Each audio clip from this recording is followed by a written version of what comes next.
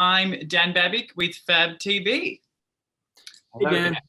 Hey guys, well, congratulations on the film. Thank you so much. Good to be here.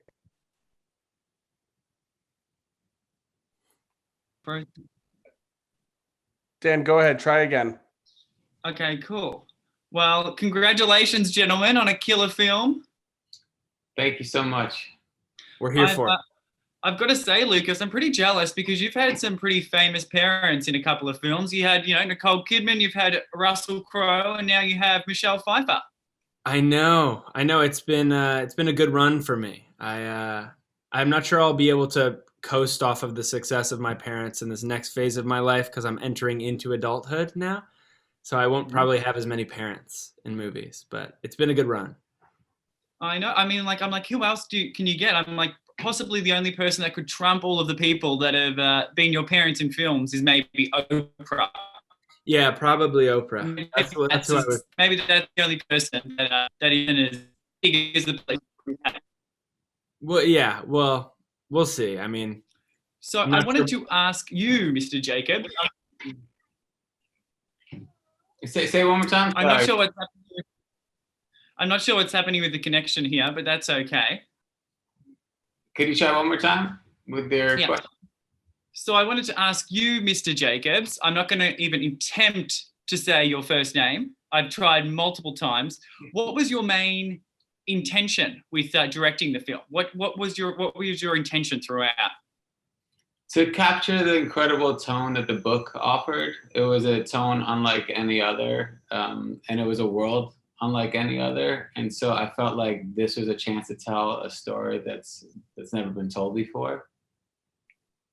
It's interesting because, so many of the films that are out there, although brilliant, they are predictable. And, it is kind of storylines repeating itself. And I think that's what was really unique about this particular film is it was a unique storyline. It's something that really hasn't been told too often. That's exactly it. I felt like a lot of time, I'm always drawn to stories that go from comedy to drama to all these different emotions, but I had never seen until I read Patrick's book, French Exit, that all those feelings happening at the same time, simultaneously. And so that clash between all these different moods and tones was something that I really wanted to give it a try and see if I could represent it as best as I can and explore it as best as I could in film. And Lucas, you've become, quite a master at playing the son. And as obviously now you're moving into a different age genre, you're going to be playing less of that. But how was it for you to really, grasp the relationship that you had with your mother, as it was obviously under interesting circumstances, as, you essentially lost almost everything and then, were having to move to a foreign place? Yeah, I found it. I think with really good writing, it's not that hard because the writing like any good writing, it's immediately available to you. Mm-hmm. So it doesn't feel like this big stretch because it's exciting and feels true. And it all did feel true despite its grandness and at times surrealness. It was generous and, like Aza said, just like irresistible in my wanting to approach it. It's interesting because that word is kind of the word that I think almost sums it up for the viewer is irresistible. And without giving too much away, I wanted to ask you as your final question, why should people see your film? What is it that makes this film so much more special than a lot of the other films out there?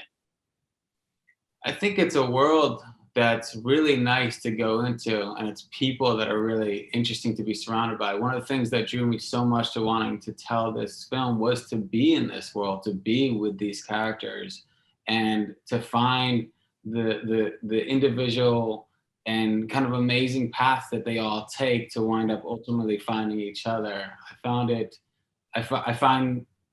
that world incredibly comforting, and I would hope that our audience would as well. As extremely exciting and funny and moving and all the other things in between. And you, Lucas, what do you hope people get from the film, and why should they watch it? I feel the same as Aza in that I think it's a true story. In its, I know that's maybe a weird thing to say, but I think ultimately it's speaking about us. It's speaking about people we know, and it's speaking about me for sure. I know that. And anything that's saying something direct and truthful in a way that hasn't been said before is, as far as I'm concerned, the only thing worth seeing. So yeah, that's why it's very interesting to me, and it's why I imagine it would be interesting to somebody else. I agree, and and what a service, especially right now with everything going on in the world, to have something so fresh and seen in a different way. I really commend you both, as it's really going to bring people so much joy and entertainment in a time that has become a little joyless. So thank you both so much, and you're incredibly talented, Lucas. And I know at some point I'll be congratulating you on winning an Academy Award. Yes, thank you so much, and thank you for the good words. Well, that'll be fun. I'm excited for that. I know. Well, thanks guys. Dan. Good luck with the rest of your interviews for today. Bye. Bye.